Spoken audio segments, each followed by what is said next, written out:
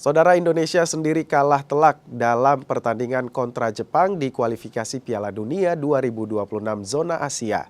Kekalahan ini membuat peluang Indonesia ke fase selanjutnya kian sulit. Bertindak sebagai tuan rumah, Indonesia mencoba membangun serangan saat jumpa Jepang di Stadion Utama Gelora Bung Karno Jumat malam. Samurai Biru membuka keunggulan pada menit ke-35 dari gol bunuh diri Justin Hubner. Takumi Minamino mencetak gol di menit 40 usai memanfaatkan asis Kaoru Mitoma. Skor 2-0 di babak pertama. Selepas dari ruang ganti, Samurai Biru mencetak gol ketiga. Berawal dari kesalahan Martin Paes yang mencoba memberi umpan ke rekannya, tetapi bola jatuh ke kaki Hidemasa Morita yang berada di depan gawang.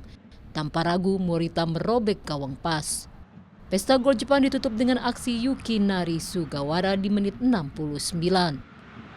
Kemenangan 4-0 semakin mengokohkan Jepang di puncak klasemen dan Indonesia di juru kunci grup C.